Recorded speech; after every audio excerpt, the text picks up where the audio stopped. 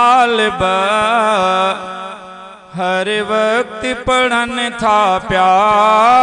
हित शौक मजा तालिब हर वक्त पढ़न था प्या हित शौक मजा तालिब हर वक्त पढ़न था प्या उस्ताद भी मेहनत सा उस्ताद भी मेहनत सा घट को न करन था प्या हित शौक मजा तालिब हर वक्त पढ़न था प्या हित शौक मजा तालिब हर वक्त पढ़न था प्या उस्ताद भी मेहनत सा उस्ताद भी मेहनत सा घट को न करन था प्या हित शौक मजा तालिब हर वक्त पढ़न था प्या मौलाना रियाज़ अहमद ऐं अब्दुल मोमिन हिते मौलाना रियाज़ अहमद ऐं अर्ज़ मुहम्मद हिते हर वक्त मदरसे जी हर वक्त मदरसे जी खिदमत ही करन था प्या हिते शौक मजा तालिब हर वक्त पढ़न था प्या हिते शौक मजा तालिब हर वक्त पढ़न था प्या उस्ताद भी मेहनत सा उस्ताद भी मेहनत सा घट को न करन था प्या हिते शौक मजा तालिब हर वक्त पढ़न था प्या हिक मौलवी काशिफो ऐं ॿियो कारी मोहम्मद राशिदो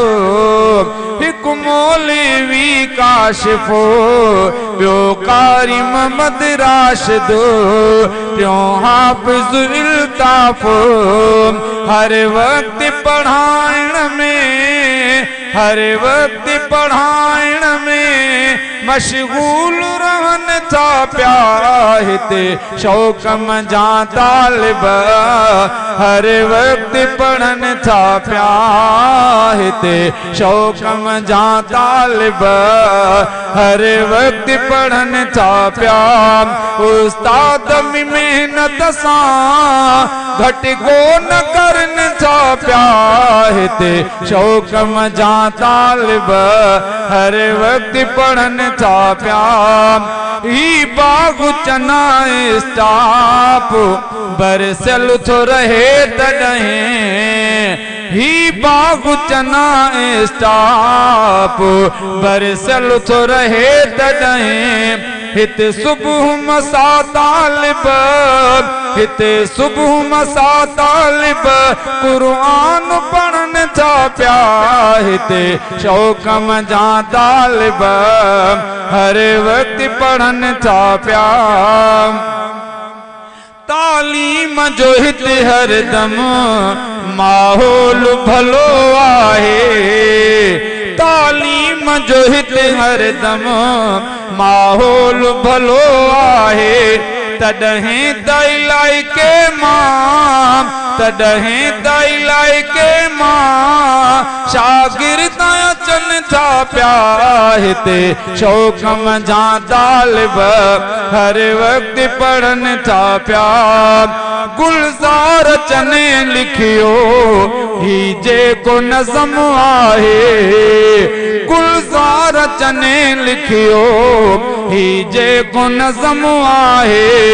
जंहिंखे चाह मजा माण्हू जंहिंखे चाह मजा माण्हू हिन वक्त ॿुधन था प्या हिते शौक मजा तालिब हर वक्त पढ़न था प्या उस्ताद भी मेहनत सा उस्ताद भी मेहनत सा घट कोन करन था प्या हिते शौक मजा तालिब हर वक्त पढ़न था प्या।